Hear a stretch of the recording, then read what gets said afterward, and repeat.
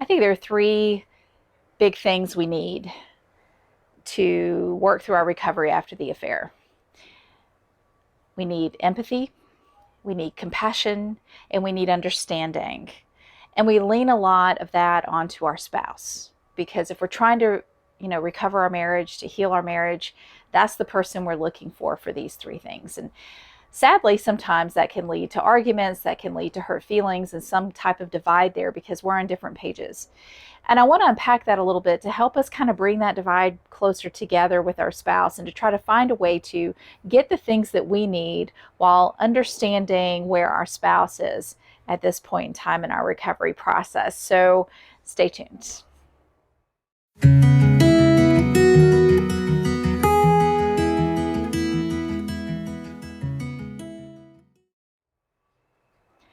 All right, we're going to start with a basic definition of each of these things. And we're going to start with empathy first. So empathy is the ability to just feel what someone else is feeling in its most basic sense. We actually do this like every day. If you're a parent, you do this with your children all the time. When you see your kid hurt, you hurt. When you see a friend sad, you feel sad for them. When you see someone you care about hurting, you hurt for them. I mean, we do this on a surface level all day.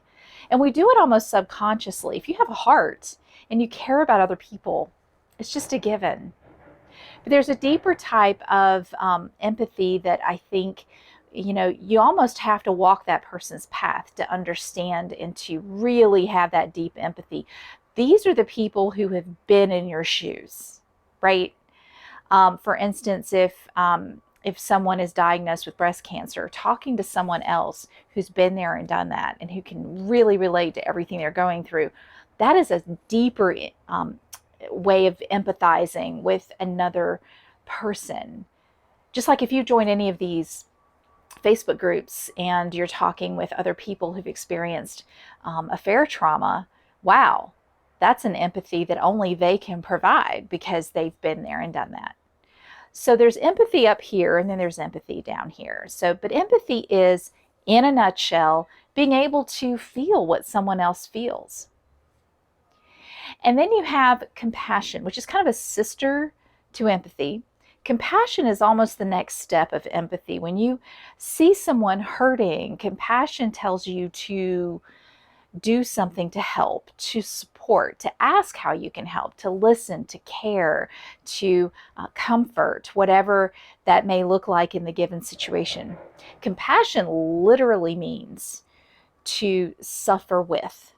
So it's putting yourself to the side and saying, I'm going to be here for you. I'm going to help you. I'm going to do what I can to support you, to comfort you.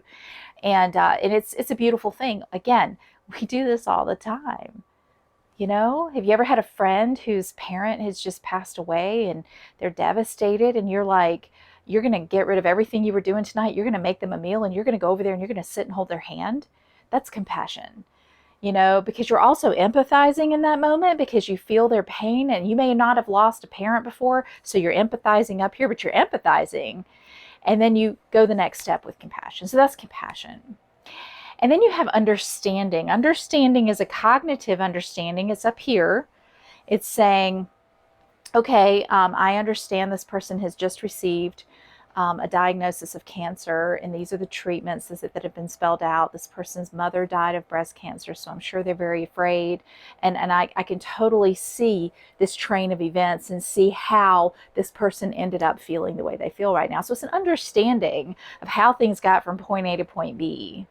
So you get it. It's kind of like, I get it. I think I would feel the same way if I were in those shoes. That's an understanding. So you've got these three things: empathy, compassion, and understanding. And that almost seems pretty cut and dry, right? You're like, oh, well, of course. So in our affair recovery situation, of course we want all of these things from the man we love, the man we're trying to heal the relationship with. And also, because we're in this really bizarre place, you guys, we're looking for these three things from the person who caused the pain that we're in. So it's strange, it's bizarre. And if you were anything like me, I didn't tell many people about the affair. So I leaned a lot on my spouse. I didn't have a support system. I wish I knew Facebook had these groups back then. I didn't have that sounding board I could go to really get that deep empathy I was looking for. So I leaned on him. I really depended on him for a lot of this. So I understand where you are because I've been there, and I understand, all of our needs to have these three things from our spouse. But it's a strange place to be for that one reason, because they're the reason we're in this spot. Now, I mentioned that there's a divide here. There's a difference. There is a definite disconnect sometimes between us trying to express that we need these things and what our husband actually gives us. And that leaves this gap of pain. And sometimes it sets us back in our healing. Sometimes it triggers us, whatever. And so I want to kind of unpack this in such a way to help us understand more about our husbands and who they are, and what they're interpreting or maybe interpreting, and then what we really need, and maybe how we can do things a little bit differently to help ensure we get what we need and that they understand what we're asking of them. And I want to start with the fact that I talked to my husband about a lot of this, and I was bringing this up to him the other night. And, I talked to him about my videos and my ideas and stuff. I like to get the wayward spouse's perspective. And when I mentioned the topic here, he looked at me, he said, "What do you mean by compassion?" And that was telling because it's not that he didn't know the definition of compassion. He wanted to know what I thought when I said I needed compassion. And so I explained it to him, but I think we need to take that kind of thing into consideration, because here's the reality. Men and women are very different.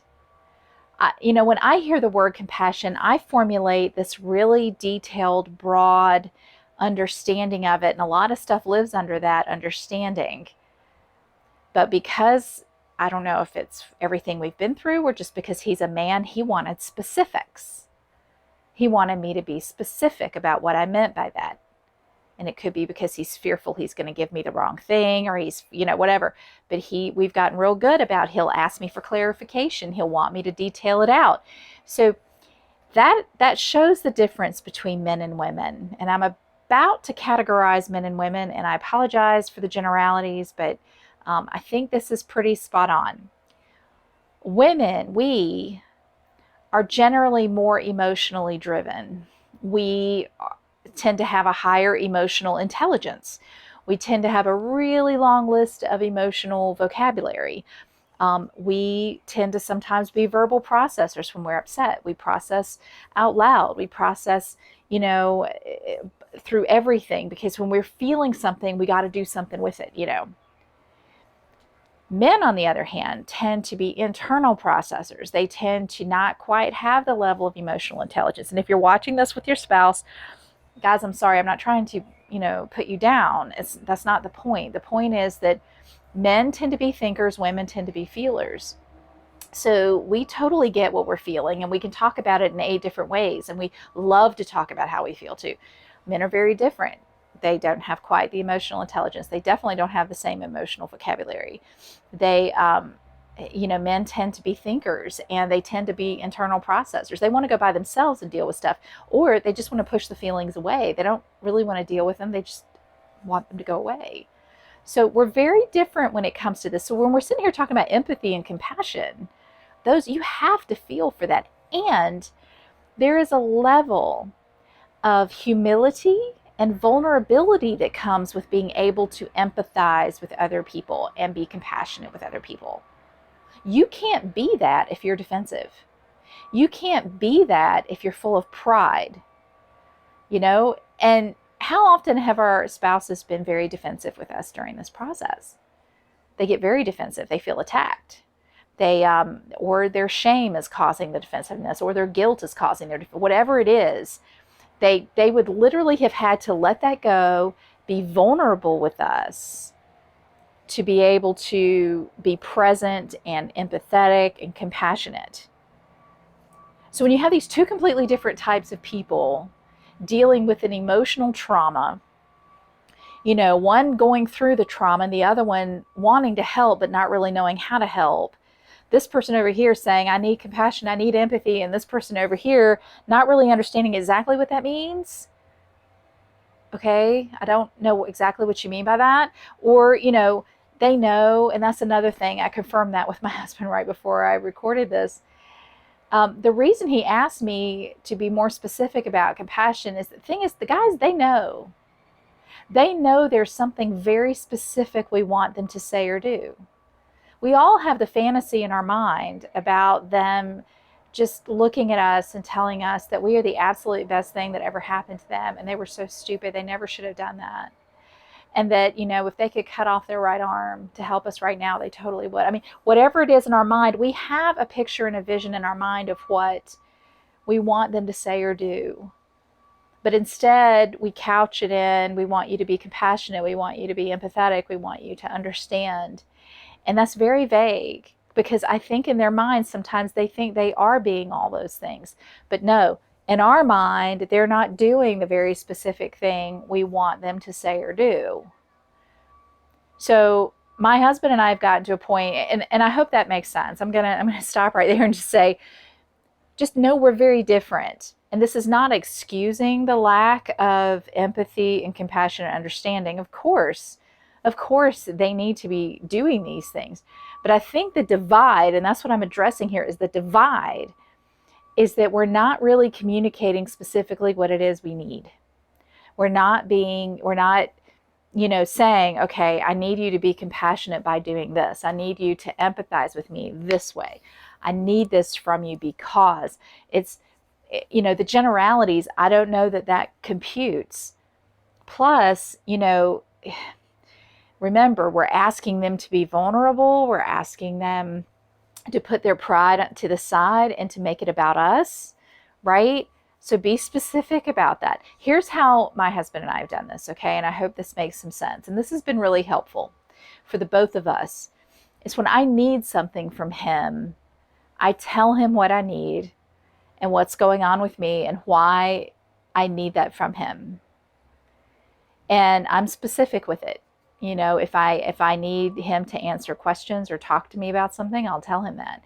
And we sit down and we talk. And our big thing, for instance, just to be super specific, is if I need to talk to him and I just need him to feel and be empathetic with me, I'll say, I need you to feel this, not fix it.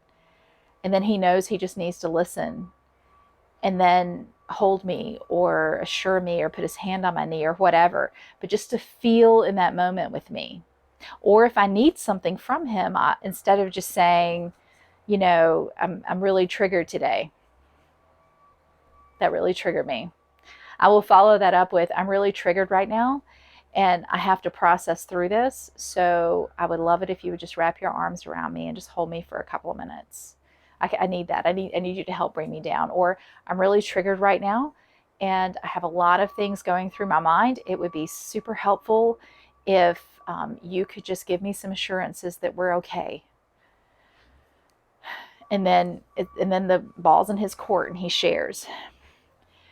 But what I've found over these past 10 years is whenever I leave it to the general, and whenever I just assume that when I say I need this particular, I need empathy, I need compassion, I need understanding, that he knows exactly what that means and he's going to deliver, because almost always there's a very specific thing in my mind that I need from him.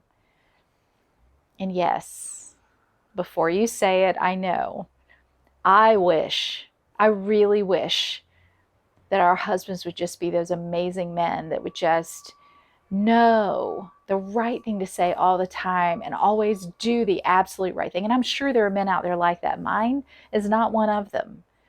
I sometimes have to spell things out. He cannot read my mind. And I promise you, it doesn't take anything away at all from our love for each other or from our communication or our healing process or anything. If I spell things out for him, it does not take any, if anything, it helps us communicate. It helps him feel secure when he gives me what I'm asking for, instead of being reluctant to give it to me, because what if it's not what I'm looking for? What if he says the wrong thing? He doesn't have that emotional vocabulary that I have. So when I spell it out and I ask for it specifically, I actually get what I need. And he actually can walk away feeling good that he gave me what I needed, instead of feeling frustrated because I'm still sad over here and he tried, but it wasn't exactly what I needed. I hope this is making sense. I actually rehearsed this several times, hoping it would make sense, because I think that we need these three things. These three things are needed: empathy, compassion, and understanding. We need these three things, but we also need to communicate specifically what that looks like to us, so our husband understands and he can provide those things for us. And eventually, down the road, we'll figure out how to get some of that deep empathy from people who have been there and done that. Again, I have a Facebook group, the link's below, join that. We will experience compassion from other people, and we won't be fully dependent on our husband to provide all of these things for us. But remember, they're not us. They don't think like us. They don't function like us. And we can't expect them just to know our heart and mind completely and know exactly what it is we're looking for. So try communicating instead of the vague terminologies. Try to communicate the specificities of what you're looking for. Be specific about what you need right now. Okay, and you can say, I need you to be compassionate by doing this, or I need you to be empathetic and just listen, or whatever it may be. Give that a shot and see if it helps. And in the meantime, again, my Facebook group's below. If you're looking for empathy, we're a great group of women, just women, who've been through this, and we'd love to show some empathy, some deep empathy for you and your situation. And I also have some great free resources below too, especially that first link. That's about a 45-minute video I created that's packed full of a lot of very helpful tips and strategies to help you get through your affair recovery process. So check those out as well. And in the meantime, try being more descriptive about what you need, and see if that doesn't help him be able to provide specifically what you need without the defensiveness, and see if he doesn't start feeling more comfortable, becoming more vulnerable, and putting his pride to the side while he does give you these three things that we all need during this period. So good luck with that.